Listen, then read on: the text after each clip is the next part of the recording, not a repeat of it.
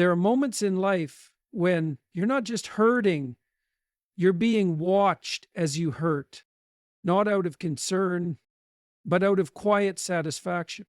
You see, some people don't just witness your suffering, they feed on it. Your pain becomes their validation, your confusion their entertainment. They don't lift a hand to help because your brokenness gives them a fleeting sense of power. And for a while, they convince themselves that they're winning. But life has a memory, not the kind that fades like human recollection, but a deeper memory, the kind etched into the moral fabric of existence. There is a cost to feeding on another soul's pain, a cost they don't see while they're smiling in your silence. But time is a mirror, and eventually that mirror reflects back what was hidden. They took from you when you had nothing. Now, life withholds from them when they want everything. This is not revenge. This is reality realigning itself. And today we speak the truth of that alignment. Pain exploited is a moral crime with spiritual consequences. There's a line that gets crossed when someone not only ignores your suffering, but uses it. It's one thing to witness pain and do nothing, already a form of moral failure, but it's something far darker, to take advantage of it, to draw some benefit from another human being's collapse. People do this in subtle ways. They mock under the guise of jokes. They manipulate when you're too wounded to defend yourself. They turn your vulnerability into their leverage, their weapon, their entertainment. And in doing so, they don't just violate your dignity, they erode something within themselves. What they often forget is that pain, even when it's unseen by others, is never ignored by life itself. There is a deeper architecture to reality, one that we all live within, whether we recognize it or not. And this architecture does not reward cruelty dressed in charm or manipulation disguised as concern. It takes account, slowly, silently, but surely. You may have wondered during your lowest moments if anyone saw what they were doing to you. You may have questioned your own instincts, thinking maybe you were overreacting, maybe you deserved it, maybe this is just how life works. That self-doubt was part of the damage they inflicted.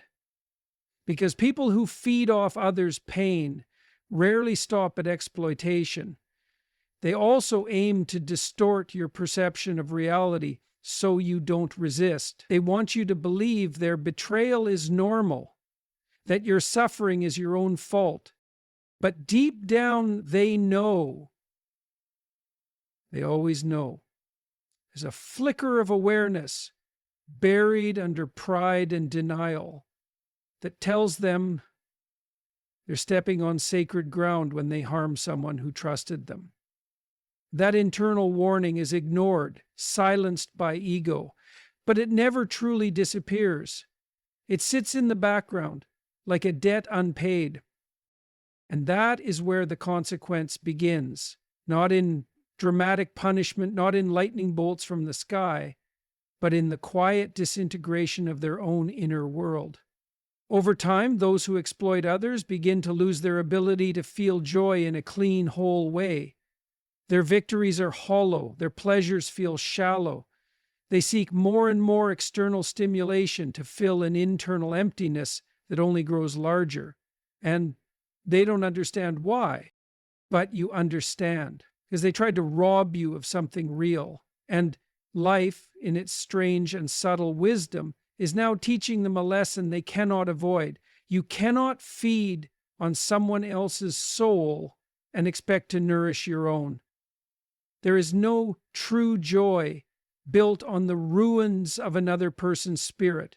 There never was, there never will be. Your suffering was their fuel, but it was also your fire. When you were in pain, they didn't just stand by, they leaned in, not to help, not to heal, but to harvest.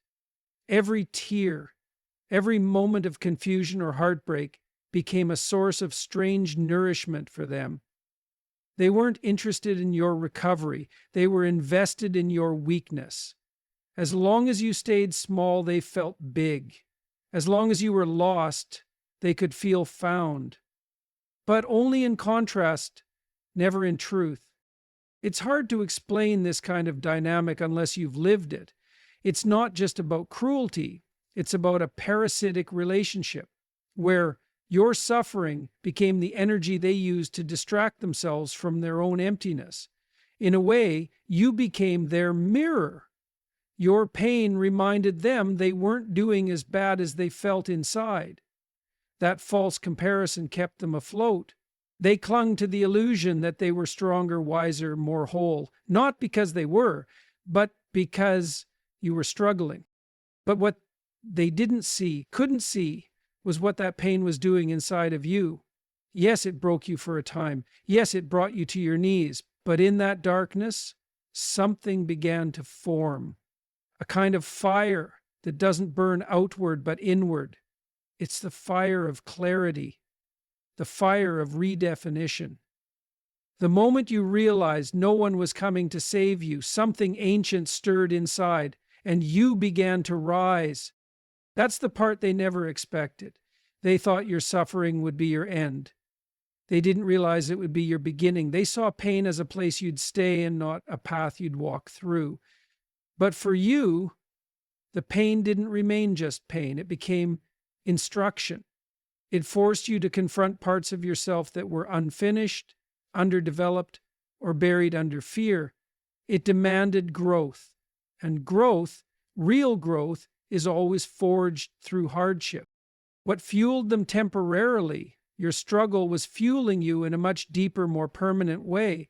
While they consumed your weakness to escape their own reflection, you used that same moment to face yours. That is the fundamental difference. You emerged from the fire tempered, tested, changed. They remained untouched by the flames, but not in a good way. Their avoidance came at a cost. They stayed shallow while you dug deep.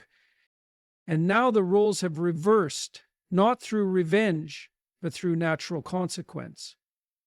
You carry a quiet strength they can't imitate. You have access to a joy that's been earned, not stolen. While they grow restless, you grow rooted. While they keep searching for the next distraction, you've built something real out of nothing but pain, truth, and persistence. They used your suffering like fuel, but what they didn't know was that fire always transforms what it touches. Life balances the ledger over time. In the moment, it looked like they were winning. While you were buried under the weight of betrayal, confusion, or heartbreak, they were thriving, at least on the surface. Smiling, laughing, moving on. They didn't seem haunted. They didn't seem to carry any burden for what they did. And that's what made it hurt even more. It felt like injustice had the final word. It felt like life had turned its back. But life doesn't operate on your timeline or theirs. It works in cycles, not moments. And what often appears as reward is sometimes a test, just as what feels like punishment can be preparation. You see, people forget that life has a strange way of settling scores, not through vengeance, not through theatrical punishment, but through consequence, the kind that arrives slowly and settles deeply. When someone builds their happiness on the pain of another, they're constructing their world on cracked foundations. It may stand for a while, it may even look impressive, but over time it begins to collapse. Not all at once, but piece by piece. You may not always get to witness that collapse. Often it happens in silence, not in the headlines of their life, but in the quiet moments, in the restlessness they can't explain, in the loneliness that lingers even when they're surrounded by people, in the shallow victories that bring no real satisfaction.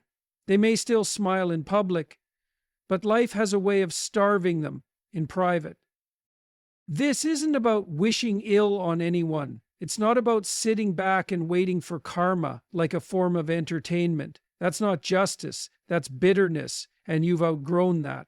No, this is about recognizing a deeper law at work, one that governs character, integrity, and the long-term weight of every decision we make. What they gave you, whether it was betrayal, humiliation, abandonment, wasn't forgotten by the universe.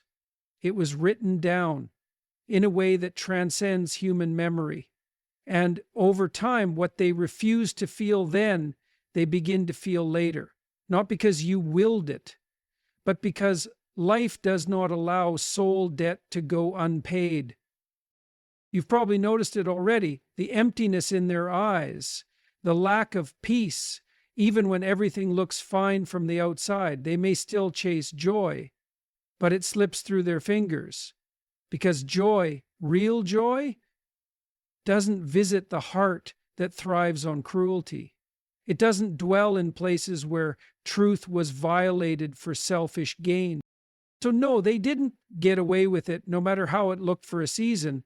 The ledger is always being balanced, slowly, precisely, without your interference. And in the end, that's more powerful than any revenge you could have taken with your own hands. Because what life denies them now is the very thing they thought they had stolen from you. You chose growth, they chose decay. There comes a point in every season of pain when a choice must be made, not loudly, not in front of anyone else, but quietly, internally, when you're alone with the weight of what's been done to you. That moment is subtle but decisive. You either give in to the bitterness or you rise into something higher. You chose to rise. Maybe not all at once, maybe not gracefully, but you made the choice to grow. And that choice changed everything. Because while you were learning how to carry the weight of your wounds, they were escaping theirs. They weren't interested in healing or reflection. They were too busy preserving their illusion, too invested in pretending they did nothing wrong. While you were reconstructing your inner world from rubble, they were building castles in the air, hoping no one would notice the cracks in their foundation. That's the critical difference between you and them. You didn't run. You sat with the pain. You let it teach you, reshape you, strip away the parts of you that were weak or untrue. It wasn't easy. It never is. But it was real. And in that struggle, you developed something they couldn't mimic: depth, wisdom, substance, integrity. Meanwhile, they remained stuck in the shallow waters of denial. They kept feeding on validation, distractions, and half-truths. They mistook avoidance for peace. But there is no peace in avoidance, only delay. And what you delay in the soul will eventually decay. The path you chose was harder, but it made you whole. The path they chose was easier, but it left them hollow. They may still project confidence, they may still walk with pride, but underneath it all there is a quiet rot beginning to set in. You can see it in how they chase stimulation but never feel satisfied. You can hear it in their laughter. It's just a little too loud, a little too forced. You can sense it in their choices, which are no longer grounded in truth, but in a desperate attempt to avoid silence, because silence reveals everything they refuse to confront. And now your paths no longer run parallel. You're not in the same story anymore. You moved forward, they stayed behind. And the distance between you isn't just emotional, it's spiritual. It's the difference between someone who faced the fire and came out refined and someone who avoided the fire and remained unchanged. But this isn't about pride. It's about clarity. It's about finally seeing that their downfall was never your responsibility. Their healing was never your burden. They had the same opportunity to grow that you did. They just didn't take it. You chose growth, they chose decay. And now, what once seemed like a shared history has become a distant echo of two souls who made very different decisions. True joy cannot be stolen, only earned. At first, it looked like they were happy, smiling, moving on, living without remorse. And maybe that was the hardest part.